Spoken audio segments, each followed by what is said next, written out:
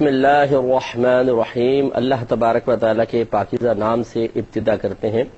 جو بہت مہربان اور نہایت رحم والا ہے۔ الحمدللہ درس بخاری شریف کا سلسلہ جاری و ساری ہے۔ الحمدللہ اللہ تعالیٰ کا بڑا فضل و کرم ہے کہ امام بخاری رحمۃ اللہ علیہ کی شہرۂ آفاق اور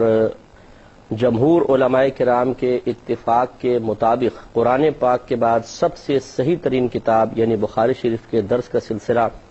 اللہ تبارک و تعالیٰ نے ہمیں توفیق عطا فرمائی کہ ہم جاری کر سکے ہیں، اور آپ کے لیے بھی بہت بڑی سعادت کی بات ہے کہ جو ہمارے بھائی اور بہن ریگولر یہ پروگرام دیکھ رہے ہیں وہ بھی الحمدللہ امام بخاری رحمۃ اللہ علیہ کی اس محنت کی برکات گھر بیٹھے سمیٹ رہے ہیں۔ یہ بہت بڑی سعادت کی بات ہے کہ ہم اپنے نبی کریم صلی اللہ علیہ وسلم کے فرمان عالی شان کو سنیں، اس میں نبی کریم صلی اللہ علیہ وسلم کی جانب سے جس چیز کا تقاضا پایا جائے اس تقاضے کے مطابق اپنی عملی زندگی میں تبدیلی پیدا کریں اور اس طریقے سے بھی اللہ تعالیٰ کی رضا کو حاصل کرنے میں کامیاب ہو جائیں۔ چنانچہ یہ بہت ہی اہم پروگرام ہے اس اعتبار سے کہ ہر شخص کی صحیح بخاری تک رسائی نہیں ہو سکتی، جن کی رسائی ہوتی ہے ہر ایک کو صحیح شروحات نہیں مل پاتی ہیں، پھر شروحات مل بھی پاتی ہیں تو بعض اوقات تو اتنی صلاحیت نہیں ہوتی کہ صحیح اکتساب فیض کر لیا جائے، اور یا پھر ان تمام کتب کے لائبریری میں موجود ہونے کے باوجود انسان کے پاس اتنا وقت نہیں ہوتا کہ وہ ان کو باقاعدہ ریگولر پڑھ پائے۔ ایسی صورتحال میں الحمدللہ 15-20 منٹ کا یہ پروگرام ہمیں نہ صرف نبی کریم صلی اللہ علیہ وسلم کی احادیث کے قریب لاتا ہے بلکہ مستند تفاسیر کی اور شروحات کی روشنی میں جو کچھ وضاحت ہم سنتے ہیں اسے ذہن میں محفوظ کروانے کے سلسلے میں بھی بے حد معاون ہے، اور 15-20 منٹ کا بیٹھنا اتنا طبیعت پہ گراں بھی نہیں گزرتا، اور آسانی کے ساتھ ہم روزانہ 1، 2 یا 3 حدیثیں سماعت فرما لیتے ہیں، اور پھر آپ کو معلوم ہے کہ الحمدللہ عربی متن، پھر اس کے بعد اردو میں اس کا ترجمہ، اور پھر اس کی تشریحات، اور پھر اس سے جو کچھ حاصل ہو رہا ہے کس طریقے سے اکتساب کرنا ہے، کیسے اس سے برکات حاصل کرنی ہے، کیسے اپنا محاسبہ کرنا ہے، کیسے عملی زندگی میں کچھ چینج لانی ہے۔ چونکہ ان تمام امور پہ گفتگو ہو رہی ہوتی ہے تو بآسانی ہم بہت سی چیزوں میں تبدیلی پیدا کرنے میں کامیاب ہو سکتے ہیں، اور ان تبدیلیوں، مثبت تبدیلیوں کی بنا پر ہمارے درجات انشاءاللہ اللہ تعالی کی بارگاہ میں روز بروز بلند سے بلندتر ہو سکتے ہیں۔ بس ضرورت اس بات کی ہے کہ ہم خود بھی اس پروگرام کو باقاعدہ دیکھیں اور اپنے اطراف میں کم از کم 1-2 کو اس کے دیکھنے کا عادی بنا دیں، تو نہ صرف ہمارے لیے ثواب کا سلسلہ ہے، یعنی ہم خود دیکھ کر جو ثواب حاصل کر رہے ہیں وہ تو ہے ہی ہے، ہم جس کو ترغیب دیں گے وہ جب تک اس کو دیکھتا رہے گا اور اس میں بیان کردہ باتوں پہ عمل پیرا ہوتا رہے گا، انشاءاللہ ہمارے نام اعمال میں اس کی کوشش کا ثواب بھی لکھا جائے گا۔ جیسے میں نے آپ کو عرض کیا تھا کہ ایک بزرگ نے ایک دفعہ فرمایا کہ میں روزانہ 25 نمازوں کا ثواب حاصل کرتا ہوں۔ کسی نے کہا حضرت نمازیں تو 5 فرض ہیں، آپ 25 کا ثواب کیسے پا لیتے ہیں؟ تو آپ نے شاید فرمایا کہ 5 نمازیں تو اپنی پڑھتا ہوں اور 4 کو میں نے نمازی بنا دیا ہے، تو مجھے اللہ تعالیٰ کی رحمت سے امید ہے کہ ان کی 20 نمازوں کا ثواب بھی مجھے حاصل ہوتا ہے، یوں میں روزانہ 25 نمازوں کا ثواب پا لیتا ہوں۔ تو اسی طریقے سے ہمیں بھی خدمت دین کے سلسلے میں کم از کم اپنی اس کوشش کو تو ضرور بروئے کار لانا چاہیے کہ ہم کسی کو دعوت دے کر اکتساب علم کا عادی بنا دیں، تو یہ بھی ایک دین کی بہت بڑی خدمت ہے اور ہمارے لیے ثواب جاریہ کا ایک عظیم ذریعہ ہے۔ جیسے کہ آپ کو معلوم ہے کہ ہماری تقریباً 33 حدیثیں ہو چکی تھیں، اور اب الحمدللہ بالترتیب چلتے ہوئے ہم 34ویں حدیث پر پہنچے ہیں۔ امام بخاری رحمۃ اللہ علیہ نے اس حدیث کا باب قائم کیا ہے قیام لیلۃ القدر من الایمان، یعنی لیلۃ القدر میں قیام کرنا ایمان سے ہے، یعنی ایمان کا ہی ایک حصہ ہے، اس چیز کا باب ہے۔ حضرت ابو ہریرہ رضی اللہ تعالی عنہ اس کے راوی ہیں، یہ کہتے ہیں قال رسول اللہ صلی اللہ علیہ وسلم من یقم لیلۃ القدر ایمانا و احتسابا، کہ جو شخص لیلۃ القدر میں یعنی شب قدر میں قیام کرتا ہے ایمان اور احتساب کے ساتھ، غفر له ما تقدم من ذنبه،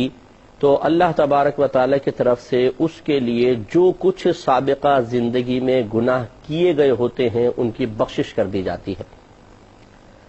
تو الحمدللہ دیکھیں اس میں لیلۃ القدر کی فضیلت نبی کریم صلی اللہ علیہ وسلم نے ذکر فرمائی کہ جو لیلۃ القدر میں قیام کرے. اب قیام کا مطلب یہ نہیں ہے کہ آپ صرف ایک کمرے میں کھڑے ہو جائیں سیدھے، تو یہ قیام مراد ہے. قیام مانے کھڑا ہونا، لیکن مراد ہے عبادت کے لیے کھڑا ہونا، عبادت کرنا.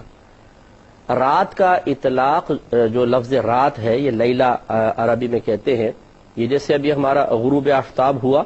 اس سے رات کا آغاز ہو جاتا ہے اور پھر پوری رات چلتا ہے، اور پھر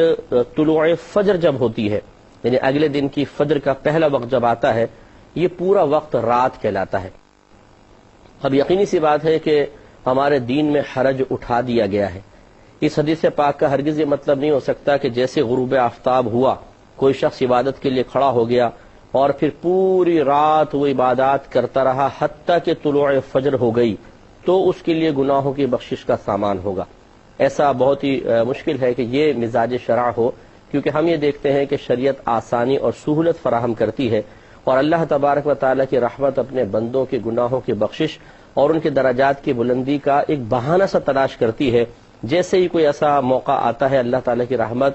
جوش میں آ کے انسانوں کو بہت کچھ عطا فرماتی ہے.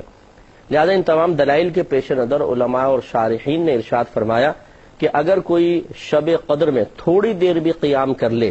اور اللہ تبارک و تعالیٰ کی بارگاہ میں اس کا وہ قیام مقبول ہو جائے تو اللہ تعالیٰ اس کے سابقہ زندگی کے تمام گناہوں کی بخشش فرما دے گا. بعض علماء نے اس حدیث پاک کے مطابق فرمایا کہ نبی کریم صلی اللہ علیہ وسلم نے ارشاد فرمایا کہ جس نے عشاء کی نماز با جماعت ادا کی اور پھر فجر کی نماز بھی با جماعت ادا کر لی تو اللہ تبارک و تعالیٰ اس سے پوری شب کی عبادت کا ثواب عطا فرماتا ہے. تو بعض علماء نے فرمایا کہ کم از کم انسان یہ کر لے کہ عشاء با جماعت پڑھ لے، پھر فجر با جماعت پڑھ لے تو پوری رات کی عبادت کا ثواب ملے گا، اسے بھی یہ فضیلت حاصل ہو سکتی ہے. اس لیے افضل اور اعلیٰ صورتحال یہی ہے کہ انسان رات میں تھوڑا بہت قیام ضرور کرے اور اللہ تعالیٰ کی رحمت سے امید لگا کر رکھے کہ اللہ تعالیٰ اس کی ضرور انشاءاللہ بخشش و مغفرت فرمائے گا. اس سے ہمارے وہ بھائی اور بہن بھی ذرا درس حاصل کریں کہ جو جب یہ شب قدر آتی ہے تو وہ اکثر سوال کرتے ہیں یا تلاش میں مصروف ہو جاتے ہیں کہ ہمیں کچھ بتائیے کہ اس رات میں کون کون سے نوافل پڑھنے چاہیے، اور پھر وہ کوشش یہ کرتے ہیں کہ زیادہ تعداد والی چیز ہمیں حاصل ہو. مثلا کسی نے کہا 100 نوافل پڑھ لیں، 50 نوافل پڑھ لیں، تو وہ سوچتے ہیں کہ جب ہم ایک بھاری عبادت کریں گے تبھی ہمیں ثواب ملے گا اور صحیح ہم اس رات کی عبادت کا گویا کہ حق ادا کریں گے. تو پھر وہ پوری رات 100 نوافل پڑھ رہے ہیں، کوئی 50 نوافل، خصوصاً یہ خواتین میں زیادہ دیکھا گیا ہے. یاد رکھیے علماء کرام کی تشریح کے مطابق اگر اس رات میں تھوڑی دیر بھی انسان قیام کر لے لیکن ہو خشوع و خضوع کے ساتھ، جیسے سرکار نے ارشاد فرمایا ایمان اور احتساب کے ساتھ. ایمان مینز یقین کے ساتھ، اسے یقین کامل ہونا چاہیے کہ کس رب کی بارگاہ میں کھڑا ہوں اور یقیناً اللہ تعالیٰ کے وعدہ حق اور سچ ہے. اگر میں اس رات کی قدر کروں گا تو اللہ تبارک و تعالیٰ ضرور میری بخشش و مغفرت فرما دے گا. ایک تو تذبذب نہ ہو، شک و شبہ نہ ہو، تردد کی کیفیات میں وہ گرفتار نہ ہو، بلکہ یقین کے ساتھ کھڑا ہو. اور دوسرا احتساب کے ساتھ. احتساب کا مطلب یہ ہے کہ وہ جس طریقے سے عبادت کرنے کا حق ہے ویسا حق ادا کرنے کے لیے اپنے آپ کو ذرا سا ایکٹیو کرے.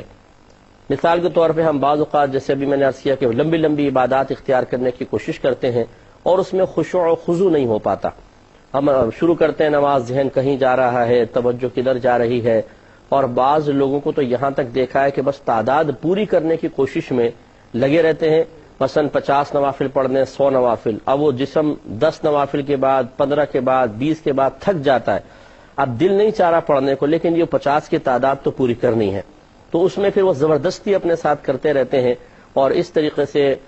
دل جو ہے وہ عبادت سے اچاٹ ہو جاتا ہے. طبیعت میں ایک ملال سا پیدا ہو جاتا ہے، کوفت سی پیدا ہوتی ہے، اور ہم زبردستی اس تعداد کو پورا کرنے کی کوشش میں لگ کر تعداد تو بعض اوقات پوری کر لیتے ہیں لیکن آخر میں ذوق مکمل طور پہ ختم ہو جاتا ہے، اور نفس جو جس شدت کے ساتھ تعاون کرنے کا متمنی تھا ابتدا میں ویسا آخر کے اندر کیفیت باقی نہیں رہتی ہے.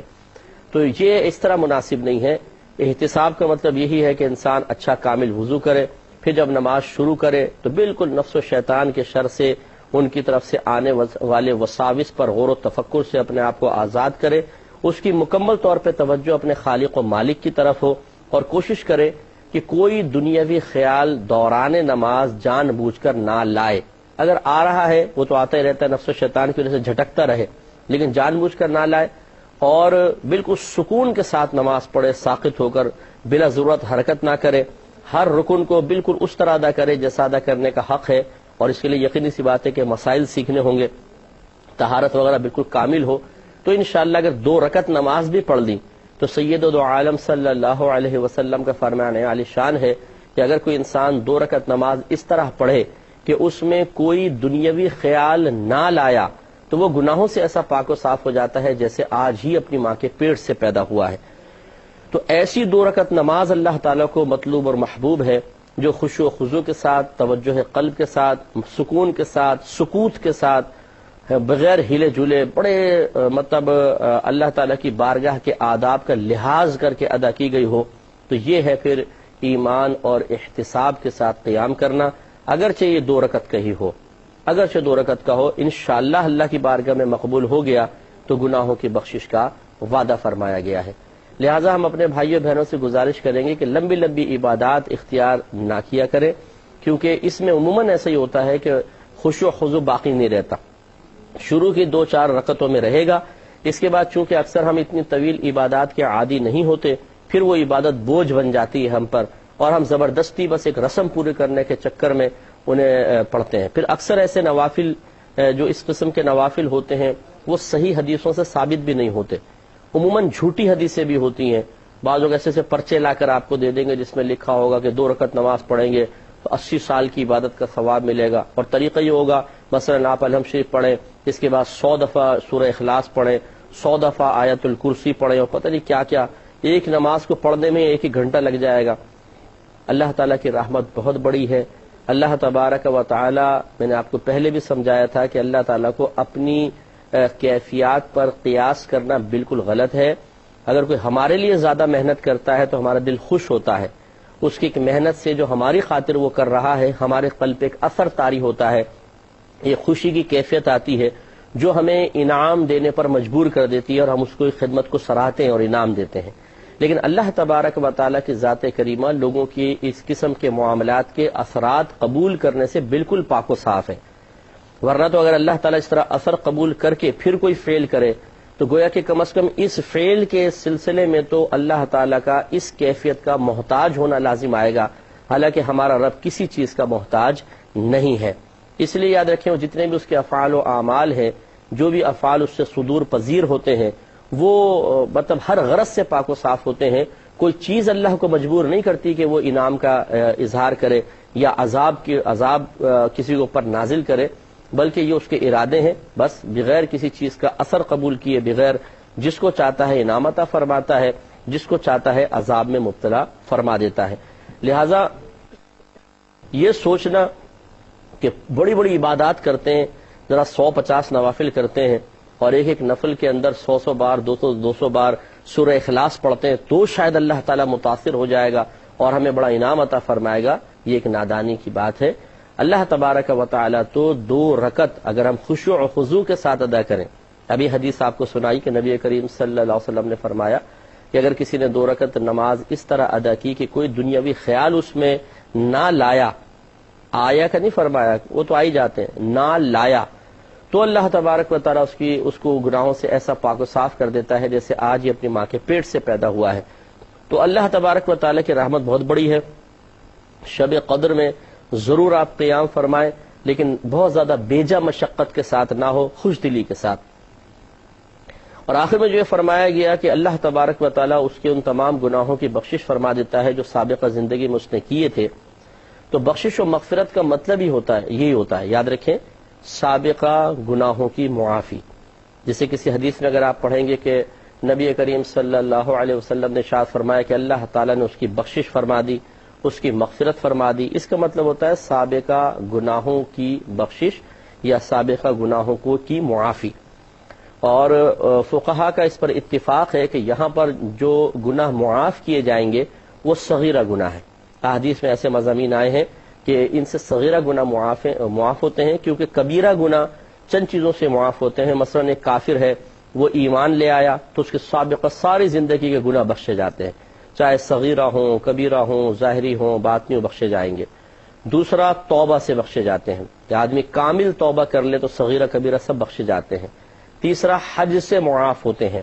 کہ میدان عرفات میں پہنچتے ہیں تو تمام حقوق اللہ کی معافی، یعنی حقوق اللہ میں کی گئی کوتاہی معاف ہو جاتی ہے، اور مزدلفہ میں پہنچ جائیں تو حقوق العباد کے سلسلے میں کی گئی تمام خطائیں اللہ تبارک و تعالیٰ اپنے کرم سے معاف فرما دیتا ہے۔ اور یا پھر مشیت الہی، اللہ تبارک و تعالیٰ کو کوئی نہیں مجبور کر سکتا کسی چیز پر کہ وہ ضرور عذاب دے یا ضرور اپنی رحمت نازل فرمائے، اس کی مرضی ہے، وہ خالق ہے، مالک ہے، وہ اپنے ارادے کے اظہار کے سلسلے میں، اپنے افعال کے صدور کے سلسلے میں کسی کا تابع نہیں ہے، جس طرح چاہے اپنے کرم کا اظہار فرمائے۔ تو ایسے واقعات بھی ملتے ہیں کہ اللہ تبارک و تعالیٰ نے بڑے بڑے کبیرہ گناہ اپنی مشیت اور مرضی سے معاف فرما دیے ہیں۔ جیسے بخاری کی ہی روایت ہے، آگے انشاءاللہ آ بھی جائے گی، کہ نبی کریم صلی اللہ علیہ وسلم نے ارشاد فرمایا کہ بنی اسرائیل میں ایک شخص تھا جس نے اپنی سابقہ زندگی میں کوئی بھی نیکی نہیں کی تھی۔ میں خلاصہ عرض کر رہا ہوں تاکہ ہم اپنے موضوع کے اوپر رہیں۔ تو جب اس کا وصال ہونے لگا تو اس نے اپنے گھر والوں کو وصیت کی کہ جب میں مر جاؤں تو میری لاش کو جلا دینا، اور اس کی راکھ کو آدھا پانی میں بہا دینا، آدھا ہوا میں اڑا دینا۔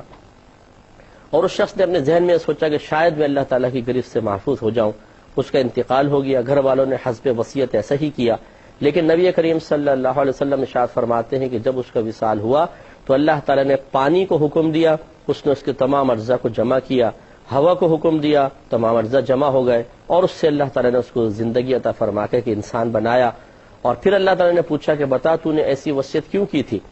اس نے جواب میں کہا کہ اللہ تعالیٰ تو خوب جانتا ہے، فقط تیرے خوف کی وجہ سے مجھے ڈر تھا میرے مالک کہ تو مجھے جگہ میں تیری بارگاہ میں پہنچ گیا تو ضرور مجھے عذاب ملے گا، اس لیے کہ میرے پاس کوئی نیکی نہیں تھی۔ تو اللہ تبارک و تعالیٰ اس کے اس خوف کی وجہ سے خوش ہو کر اس کی بخشش و مغفرت فرما دے گا۔